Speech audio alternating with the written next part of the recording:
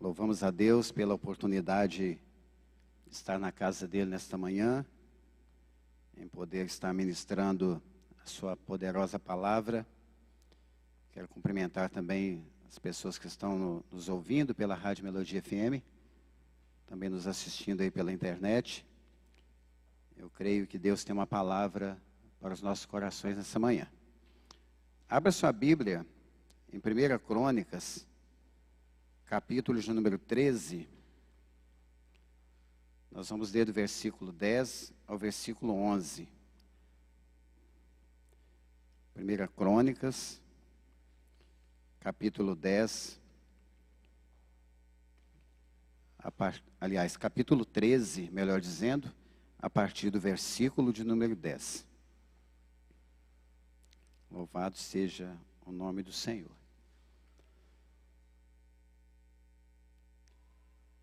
1 Crônicas, capítulo 13, melhor dizendo, versículo 10 ao 14, diz assim: E a ira do Senhor foi acesa contra Uzá, e ele o feriu, porque pôs a sua mão na arca, e ali morreu diante de Deus. E Davi ficou aborrecido, porque o Senhor havia feito uma fenda sobre Uzá, porquanto aquele lugar é chamado de Pérez Uzá até este dia. E Davi ficou com temor de Deus naquele dia, dizendo: Como trarei para mim a arca de Deus? Assim Davi não trouxe a arca até ele na cidade de Davi, mas carregou-a para dentro da casa de Obed-edom, o geteu. E a arca de Deus permaneceu na casa de Obed-edom 3 meses, e o Senhor abençoou a casa de Obed-edom e tudo o que ele tinha. Amém? Vamos fazer uma oração em nome de Jesus. Pai querido, Deus santo, nós queremos te louvar nesse dia, por tudo que o Senhor tem feito por nós, te louvar, ó Deus, pelo privilégio, pela oportunidade de estarmos na tua casa, em poder ministrar a tua poderosa palavra. Eu creio, Deus, na tua presença aqui conosco, na tua presença, ó Deus, nos teus filhos que estão nos assistindo, ouvindo pela rádio. Pai amado, que essa palavra venha mesmo falar a cada coração nesta manhã, segundo a tua vontade. Que teu Espírito Santo possa nos direcionar e que seja, Deus amado, feito segundo a direção do Senhor aqui nesta manhã, em nome de Jesus. Amém e amém. Pode sentar, queridos. Louvado seja Deus. O tema dessa palavra que eu quero estar ministrando nesse dia está aqui no versículo de número 12, a última parte do versículo, que é uma pergunta feita pelo rei Davi: Como trarei para mim a arca de Deus? Essa é uma pergunta feita por um homem, um dos mais conhecidos da Bíblia Sagrada, o segundo rei de Israel, que já estava estabelecido como rei já há algum tempo, e o desejo dele pela presença de Deus, ela é muito clara em todos os textos que nós lemos, que relata a história de Davi, como nos seus salmos, os 73 salmos que nós temos registrados na Bíblia Sagrada, nós podemos ver um homem com o coração quebrantado, um homem realmente temente a Deus, um homem que atribuía a Deus todas as suas conquistas, todas as suas vitórias, embora ele tenha errado, falhado, como todos os outros da Bíblia, e a Bíblia Sagrada ela não encobre o erro de nenhum deles, mas Davi sempre demonstrou ter um coração totalmente voltado para Deus, temente a Deus, e um homem que realmente queria, que almejava a presença de Deus na sua vida. Quando a gente olha para o contexto desses 4 versículos que nós lemos, ele nos traz muito ensinamento nos dias de hoje, assim como eles foram importantes para os dias os quais eles foram escritos. Tudo que está narrado aqui são importantes para os nossos dias também. A arca do Senhor, ou a arca do concerto, foi um baú, né, uma caixa retangular, que Deus, lá em Êxodo, capítulo 25, Deus chama Moisés e pede a ele que fale aos filhos de Israel para trazer as ofertas, e ele não somente manda construir esse caixote, mas ele dá todas as direções, todas as diretrizes para que essa arca fosse construída. Todo o seu material, todo o tamanho que ela deveria ser feita, os objetos que deveriam ser colocados dentro dela, que eram as tábuas do testemunho, escritos ali pelos dedos de Deus, a vara de Arão que floresceu, um pote com uma porção do maná, simbolizando ali a provisão de Deus no deserto. Essa arca, ela deveria ser feita com madeira, uma madeira nobre, madeira de acácia, revestida de ouro por dentro e por fora. O propiciatório, uma lâmina colocada em cima dela, 2 querubins de frente para o outro, em uma só peça, feito ali com uma forma de uma aliança ali, proteção àquela arca. Ela era o objeto mais importante de Israel, porque ela simbolizava a presença de Deus. Simbolizava a presença de Deus no meio de Israel. O desejo de Deus sempre foi estar no meio do seu povo.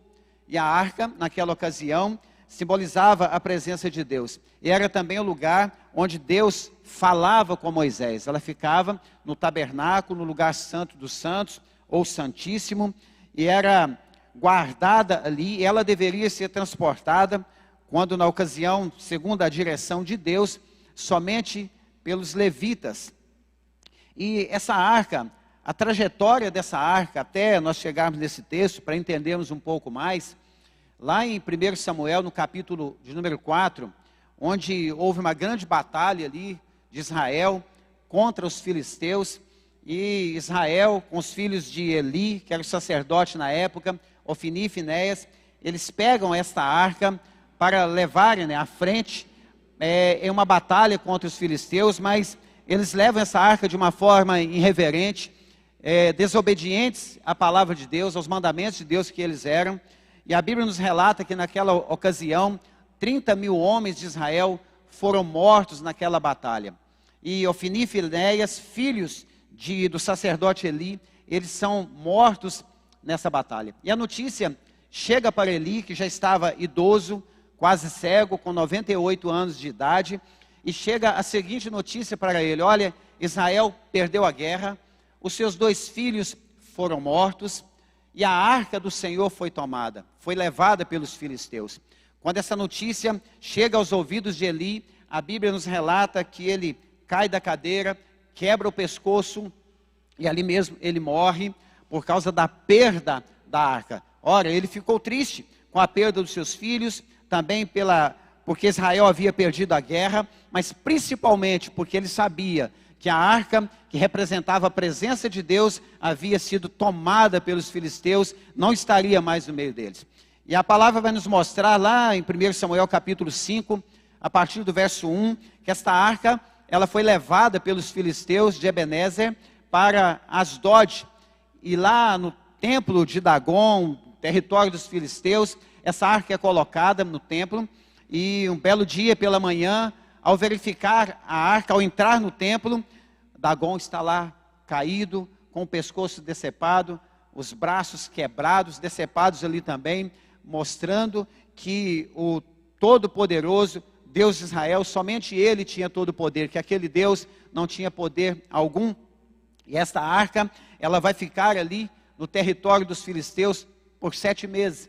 E durante esses 7 meses, ela traz muitos transtornos ali, traz uma verdadeira tragédia no meio dos filisteus, né? Os filisteus foram acometidos de tumores, uma praga de ratos também aconteceu ali, até que os filisteus resolvem devolver essa arca. E entrando em conselho entre eles, eles procuram um meio de aplacar a ira de Deus. São então orientados a fabricar 5 ratos de ouro, 5 também tumores de ouro, representando ali as 5 cidades, os príncipes das 5 cidades dos filisteus, que eram Gate, Asdod, Asquelon, Gaza e Ecrom, porque eles também foram afetados por causa da praga e por causa dos tumores que foi causado ali pela presença da arca, a presença de Deus no meio deles ali. E eles decidem fabricar esses objetos, colocam em uma carruagem, pegam 2 vacas, amarram os bezerros dessas vacas que estavam amamentando,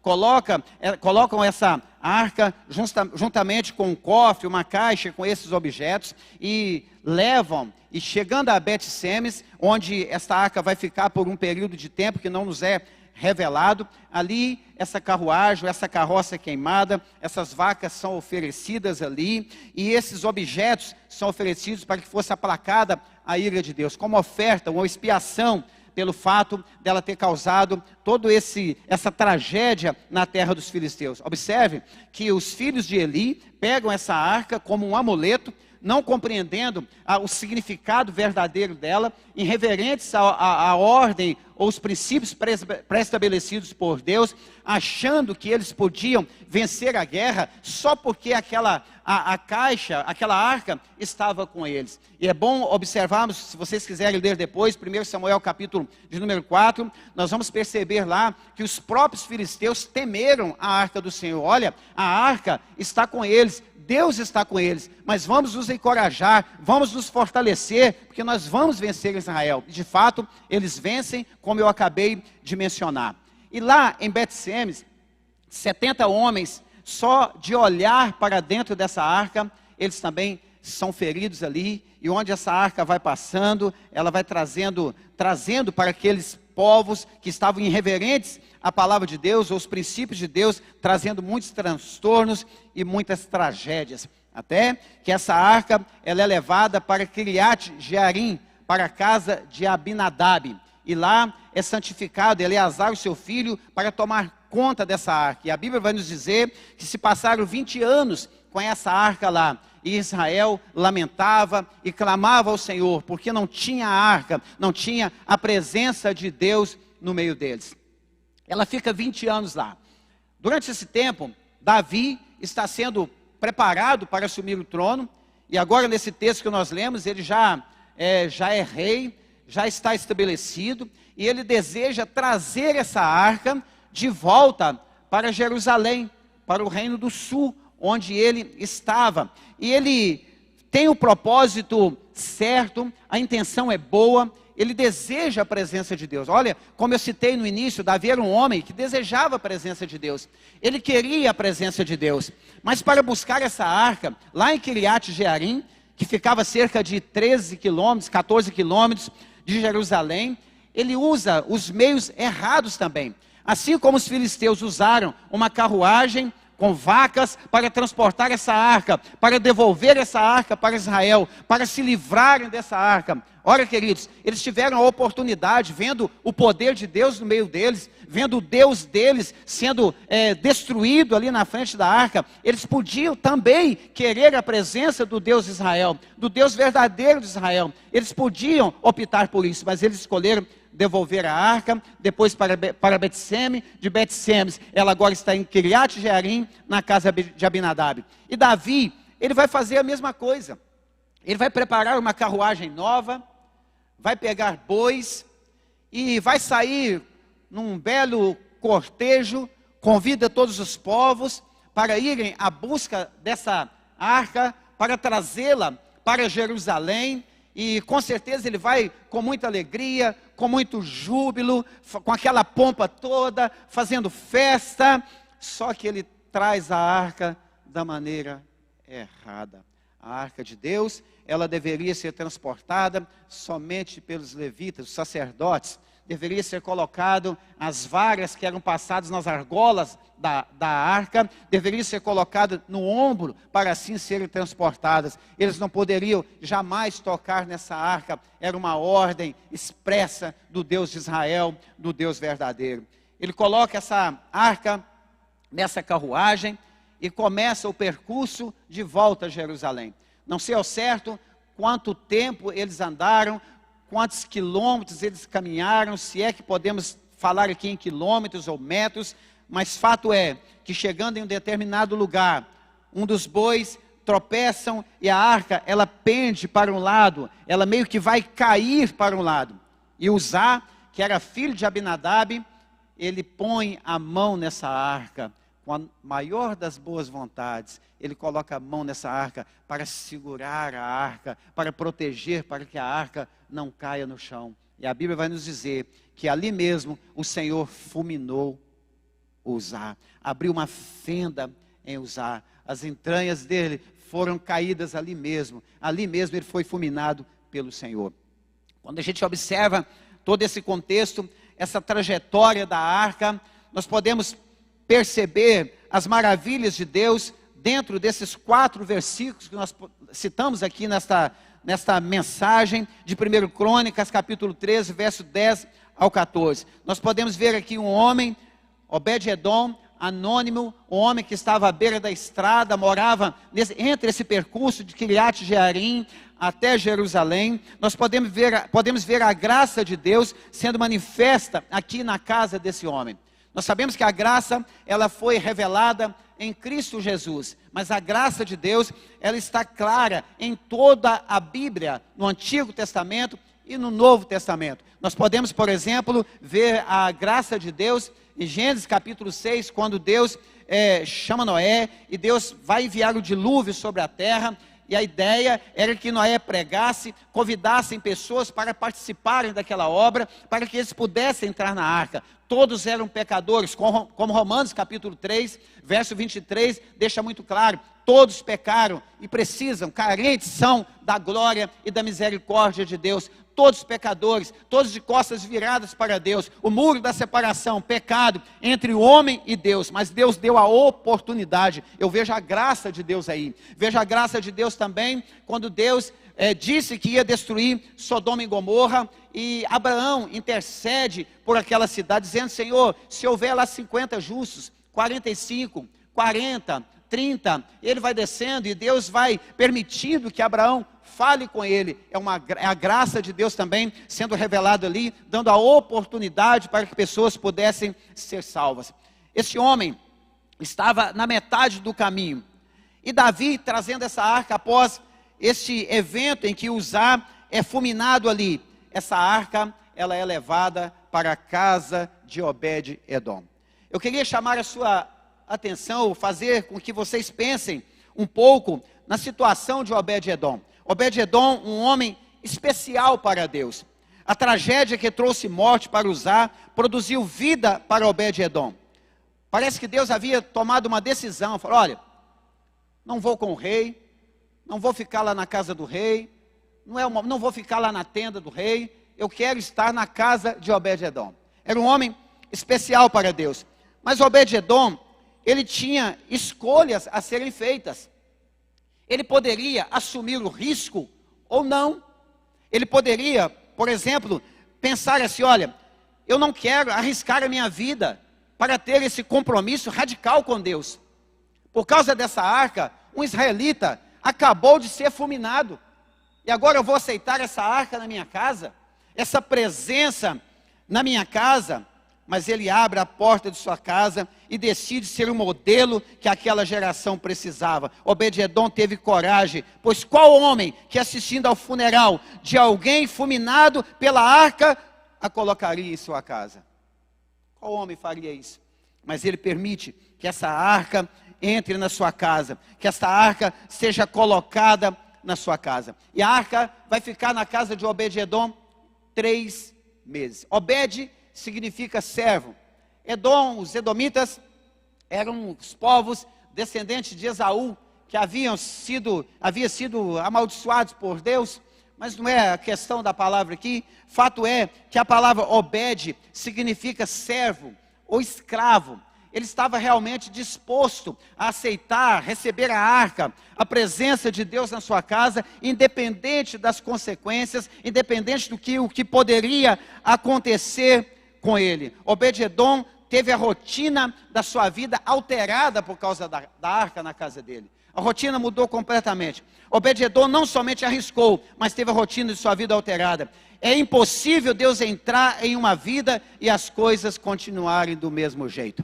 a casa que Deus entra, a vida que Deus entra, não fica a mesma coisa. Muda por completo e muda para melhor, pode ter certeza disso, mas nós precisamos realmente assumir os riscos. Uma outra coisa, Obed-edom, um homem sedento pela presença de Deus. Era sedento por Deus, independente do que tinha acontecido, ele estava sedento pela presença de Deus. Enquanto Davi se preocupava em descobrir a maneira correta para trazer a arca para Jerusalém, a notícia da prosperidade, a notícia da bênção, a notícia do que estava acontecendo na casa de Obed-edom, ela espalha por todos os lugares. Lá em 2 Samuel, capítulo 6, versículo 12, nós podemos ver lá que a notícia estava correndo por todos os lados e chegou até Davi. Deus está abençoando a casa de Obed-edom. Deus está prosperando a casa de Obed-edom. Deus está abençoando a sua família. Deus está abençoando o emocional. Deus está abençoando a vida espiritual. Deus está prosperando a casa de Obed-edom. Observem, 3 meses. O que Deus fez em 3 meses na casa de Obed-edom não foi realizado em 20 na casa de Abinadab. E quando eles saem desse percurso, como eu mencionei no texto, Uzá ainda é fulminado. É interessante observar que quando a arca vai para a casa de Abinadab, os filhos dele ainda eram crianças, ainda eram bem pequenos. Então eles crescem vendo aquela arca todos os dias. Com certeza eles sabiam das maravilhas que Deus já havia feito por causa da presença dele, do poder dele, não por causa daquele baú, mas por causa da representação que aquele baú tinha para Israel. Representava a Shekinah de Deus, a presença de Deus no meio do povo. Eles sabiam disso, assim como Davi também sabia muito bem. Nos dias de Saul, ele não se preocupou com a arca, não se preocupou em trazer a arca, mas Davi estava determinado. Porém, a arca agora está na casa de Obed-edom. E olha o que Deus está fazendo lá. Além de toda essa mudança, de toda essa prosperidade, houve um grande crescimento espiritual de Obed-edom. Para Obed-edom, a presença de Deus era a coisa mais importante que existia. E a presença de Deus, queridos, para mim é também a coisa mais importante. Você pode dizer que a presença de Deus é a coisa mais importante para você? Essa pergunta que Davi fez, pode ser a pergunta que eu venho a fazer aqui nessa manhã, que você também precisa fazer. Como trazer, não a arca, não aquele baú, aquela caixa retangular, mas como trazer a presença de Deus para nossas vidas? Como atrair a presença de Deus para nós? Daqui a pouco nós vamos entender um pouco mais. Obed-edom não estava preocupado somente com os milagres derramados sobre a sua vida por causa do baú, por causa da caixa que estava lá, por causa da presença de Deus, não somente o milagre, mas ele queria dar sequência nisso. Quando a gente olha em 1 Crônicas, capítulo 15, verso 17, o verso 18, nós vamos perceber que ele deixa tudo e se torna o porteiro do santuário do Senhor, aleluia. No capítulo 15 ainda, verso 19, versículo 21, ele se torna um músico. Em seguida, ele é visto como um guardião da arca. Ele anelava por mais e mais de Deus. Em 1 Crônicas, capítulo 15, versículo de número 24. De guardião, ele se tornou ministro da adoração, liderado por Asaf. De repente, o incansável adorador que ele era, aleluia, esse moço deixa de ser somente um ministro de adoração e se torna um líder de 68 pessoas, em 1 Crônicas, capítulo 16, verso 38 e o verso 37 e o versículo 38, ele se interessou pela presença de Deus. Assim que a arca foi retirada da casa dele, ele continua indo atrás, buscando e crescendo, e crescendo, e crescendo cada vez mais. Um homem de confiança e um homem com grandes marcos de gratidão na sua vida. Eu quero rapidamente, estou falando um pouco sobre a Obed-edom, para voltarmos aqui em Davi, em essa pergunta que ele fez. Obed-edom, queridos, ele foi abençoado de uma forma tão grande, que os filhos dele, os nomes que foram dados aos filhos, tinham significados tremendos.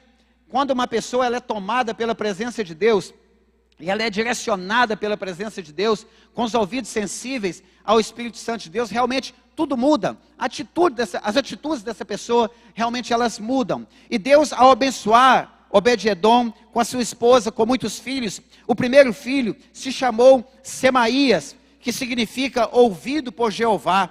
O segundo, Josabade, Jeová quem me deu. O terceiro, Joá, Jeová é o meu irmão. O quarto, Sacar, significa ordenado. O quinto, Natanael, meu amigo é Deus. O sexto, Amiel, existe recompensa. O sétimo, Issacar, portador do salário.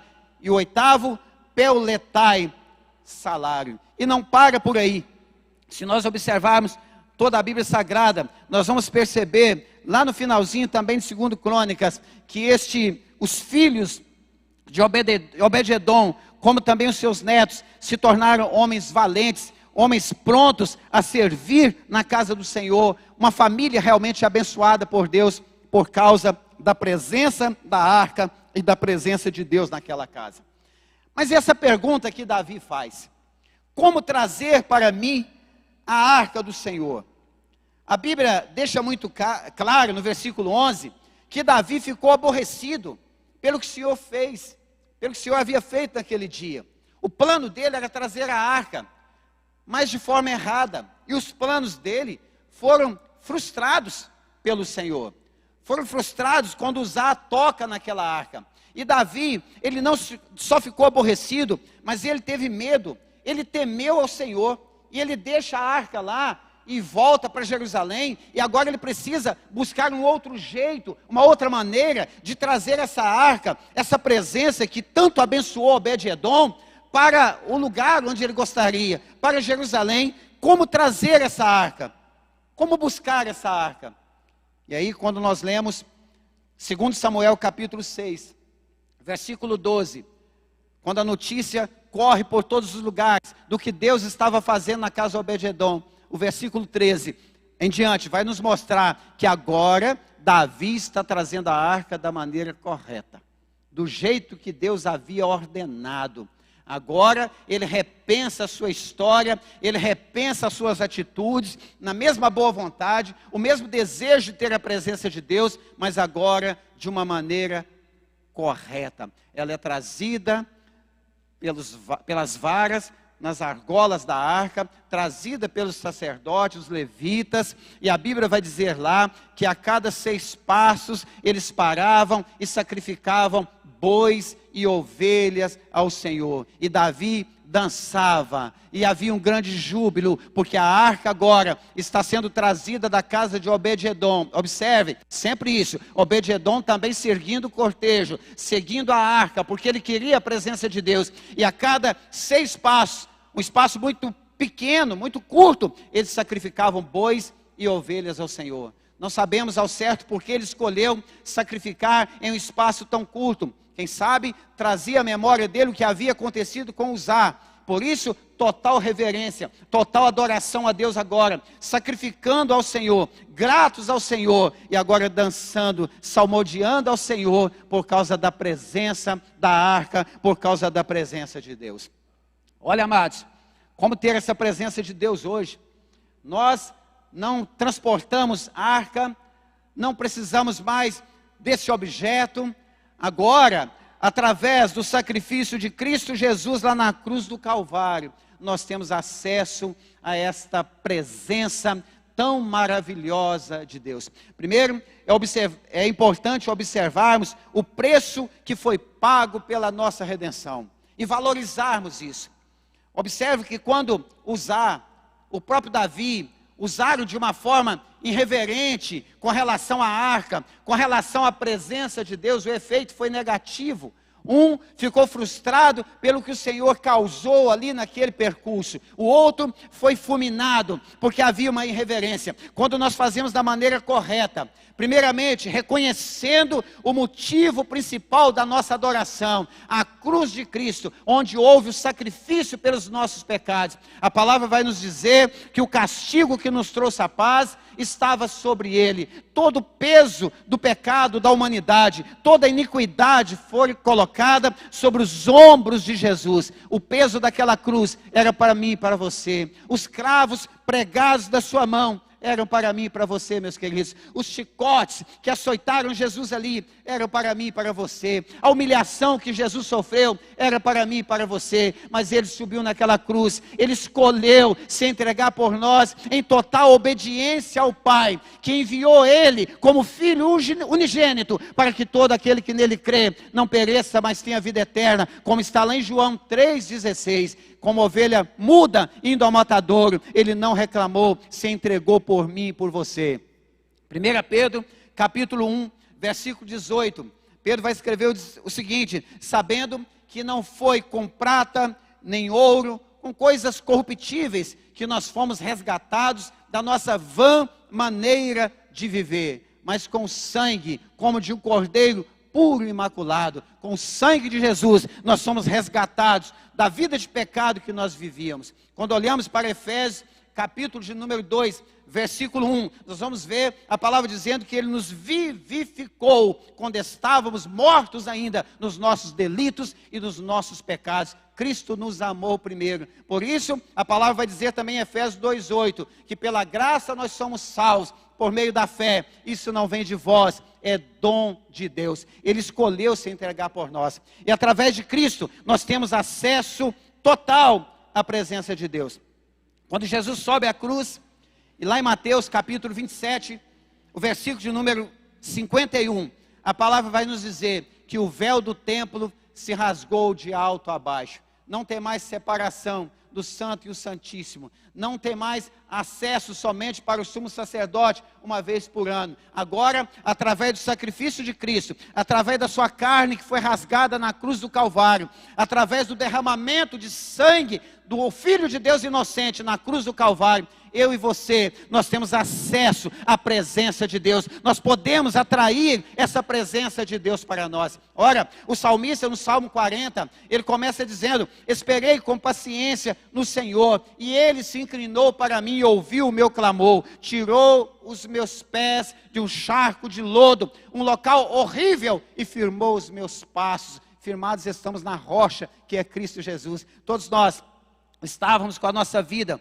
com os nossos pés atolados no lodo do pecado, carregando um fardo pesado, condenados ao inferno, à morte eterna. Mas Cristo escolheu nos resgatar, Cristo escolheu nos salvar, e por causa dele nós temos acesso. O caminho foi aberto, o caminho que não havia ainda sido revelado, agora está aberto através de Cristo Jesus, e nós temos acesso a esta presença maravilhosa de Deus. Eu quero ler um texto que está em Hebreus, na carta aos Hebreus, no capítulo de número 10, para nós pensarmos um pouco mais nesta manhã a respeito desse sacrifício, desta oportunidade que nós temos de estar na presença de Deus, de buscar a presença de Deus.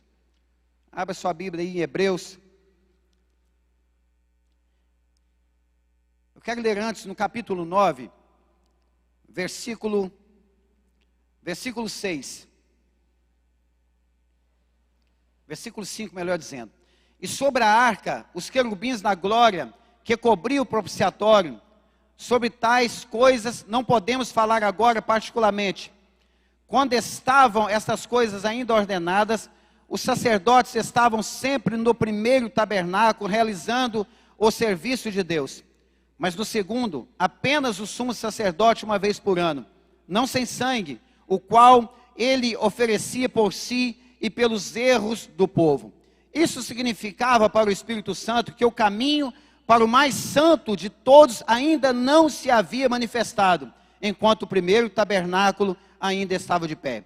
Isso era uma figura que se refere ao tempo presente, no qual eram oferecidos tanto dons como sacrifícios que não podiam aperfeiçoar o que realizava o sacrifício ou o serviço em relação à consciência, que consistia apenas em comidas e bebidas e diversas abluções e ordenanças carnais impostas sobre eles até o tempo da reforma. Mas Cristo, ao vir como sumo sacerdote das coisas boas que haviam de vir, por meio de um tabernáculo maior e mais perfeito, não feito por mãos, isto é, não desta construção, nem pelo sangue de bodes e novilhos, mas por seu próprio sangue, entrou uma vez por todas no santo lugar, tendo obtido eterna redenção para nós, aleluia. Aí quando você olha o capítulo 10, versículo 9, está escrito assim: tendo, pois, irmãos, ousadia para entrarmos no santíssimo lugar, pelo sangue de Jesus, por um novo e vivo caminho que Ele consagrou para nós, através do véu, isto é, da sua carne. Através de Cristo Jesus, nós temos acesso à presença de Deus. Você pode pensar nesse dia, eu gostaria de estar pensando também, como trazer a presença de Deus. Davi teve esse pensamento, esse questionamento: como trazer a arca para mim? Como trazer a arca que representava as vitórias? Ele sabia que onde a arca do Senhor estava, na frente das batalhas, com reverência, seguindo os princípios pré-estabelecidos por Deus, a vitória era certa, a bênção era certa, o crescimento era certo. Ele queria essa arca perto dele, e agora ele pergunta como trazer essa arca. E é a pergunta que nós devemos fazer também. Já estou terminando, mas é a pergunta que nós precisamos fazer todos os dias para nós: como atrair a presença de Deus para nossas vidas, entendendo que atrair a presença de Deus, ter a presença de Deus em nós, que agora somos templo do teu Espírito, templo da morada dele. Isso requer de nós responsabilidade, requer de nós compromisso, requer de nós renúncia, requer de nós reverência, requer que nós fitemos os nossos olhos na cruz de Cristo, entendamos que a cruz de Cristo, a cruz do meio, é o único objeto da nossa adoração. Se temos vida, é porque Ele morreu por nós. Se somos livres, temos a liberdade, é porque Ele se entregou por nós. Se estamos livres da condenação do pecado, se estamos livres do inferno, é porque Ele perdoou os nossos pecados, nos santificou. Quando Deus olha para mim e para você, queridos, mesmo sendo pecadores como nós somos, Ele nos vê como justos diante de Deus, diante dEle, como justificados pelo sangue de Jesus que foi derramado na cruz do Calvário. Por isso, Ele nos transportou do reino das trevas para o reino do Filho do seu amor. Nós somos cidadãos do céu, nós podemos ter a presença do Espírito Santo de Deus em nossa vida. Quando Jesus é crucificado, e nós fomos crucificados com Ele, fomos sepultados com Ele, ressuscitamos com Ele. Por isso, a necessidade dessa nova vida em Cristo, não praticarmos mais as coisas que praticávamos antes, porque agora nós somos nova criatura em Cristo Jesus. Agora nós somos templo, morada do Espírito Santo de Deus. Quando Jesus está para subir aos céus, lá em Lucas capítulo 24, no versículo 49, quando Ele dá a ordem aos discípulos para ficarem em Jerusalém, até que do alto eles fossem revestidos de poder, Ele vai dizer antes que agora eu vou enviar para vocês a promessa do meu Pai. Ficai lá, esperai, porque eu vou enviar o Espírito Santo sobre vocês. Ei, queridos, Cristo foi ao céu, agora nós somos templo do Espírito Santo, resgatados. A graça nos alcançou, assim como a graça chegou na casa de Obed-edom, mudou a casa dele, mudou a história dele, mudou a área sentimental, emocional, mudou tudo na casa dele, abençoou a casa dele. Através da graça revelada em Cristo, Jesus entrou na minha casa, entrou na sua casa, queridos, e Jesus deseja realmente que o Espírito Santo dele esteja em mim e esteja em você. Nós somos morada, aleluia, somos templo do Espírito Santo de Deus. Como buscar essa presença, como trazer essa presença para as nossas vidas? Cada um de nós precisa pensar: o que é que eu preciso fazer? Não para a salvação não é por meio de obras, a salvação não é por meio de sacrifício. Eu costumo dizer que a graça não é de graça, ela é de graça para mim e para você, mas Cristo Jesus já pagou lá na cruz por nós. Romanos capítulo 5, verso 20, a palavra nos diz que onde abundou o pecado, superabundou a graça. Não é porque a graça está acima, não é porque a graça superabundou que nós temos a liberdade de fazer as coisas erradas. Não, pelo contrário, nós precisamos valorizar o sacrifício de Cristo Jesus, valorizar aquele que se entregou por nós, procurar ter uma vida santa com Ele todos os dias e buscar realmente essa presença para as nossas vidas. O que eu devo fazer então? O que você deve fazer? Nós temos que pensar: talvez você precise, ou eu preciso orar um pouco mais.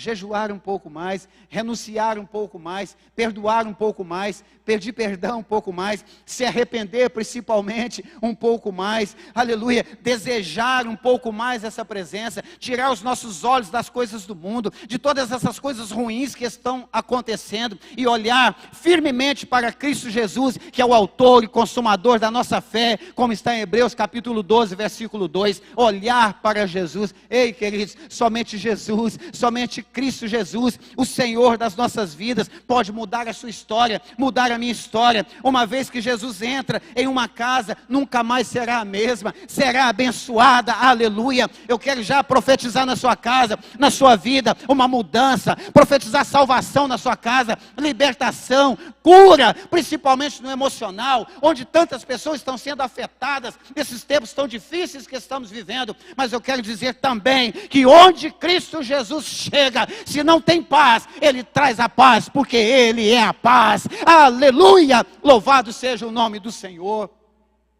Deseja a presença de Deus, não importa com as consequências. Muitos talvez tratam a presença de Deus ou as coisas sagradas de forma irreverente, até profanam o que é sagrado por medo, por não querer talvez renunciar. Ei, queridos, evangelho nunca foi fácil para ninguém, seguir a Jesus não é fácil. Tem muitas pessoas que pregam, olha, você vai aceitar Jesus, tudo vai ficar bom na sua vida, vai ser tudo tranquilo. Não, não é assim que acontece. Jesus disse para os discípulos que no mundo eles teriam aflição, dificuldades, tenha de bom ânimo, eu venci. Cristo já venceu por mim e por você, queridos. Mas a dificuldade, ela é inevitável. Elas vão acontecer. O que nós não podemos é colocar os nossos olhos nisso, olhar somente para isso e perder o melhor de Deus para as nossas vidas. A vontade de Deus, ela é boa, ela é perfeita, ela é agradável. Jeremias capítulo 29, verso 11, eu sei os pensamentos que eu tenho sobre vocês, são pensamentos de paz, pensamentos de que vocês prosperem, e pensamentos que vocês tenham o fim que vocês desejam, aleluia. A vontade de Deus, queridos, é que eu e você sejamos abençoados. A vontade de Deus desde o início é estar no meio do povo, aleluia, que o povo o servisse com alegria, que o povo o adorasse, que o povo o tivesse como o único e verdadeiro Deus da vida deles. É o mesmo desejo para mim e para você, só que agora, queridos, não mais em um objeto, não mais uma arca. Eu e você somos o templo do Espírito Santo. Essa presença, queridos, ela está na minha vida e na sua vida. Se por algum motivo você se sente triste, abatido, desanimado, ou talvez, quem sabe, até a ponto de parar, palavra de encorajamento para você nesse dia, em nome de Jesus, erga a sua cabeça, tenha coragem, busque a Deus, busque essa presença de Deus. Ele continua te amando, meu irmão, Ele nos ama, e o desejo dEle é que nós tenhamos uma vida, um relacionamento estreito com Ele, segundo a vontade dEle. Deus abençoou Obed-edom, Deus abençoou Davi. Onde a presença de Deus passa, onde a presença de Deus está, queridos, ela pode, eu vou te dizer algo forte nessa manhã. Muitas das vezes nós buscamos o avivamento e esperamos que com esse avivamento só aconteçam coisas boas. Mas para acontecer o avivamento, muitas das vezes somos sujeitos a enfrentar algumas dores, algumas dificuldades e até mesmo perdas, para que nós reconheçamos realmente a soberania de Deus na nossa vida. Para usar, causou a morte. Para Obed-edom, um grande avivamento na casa dele, uma mudança de vida, uma mudança de história. Davi, na primeira tentativa, frustrado, aborrecido, temendo, com medo de talvez acontecesse com ele a mesma coisa.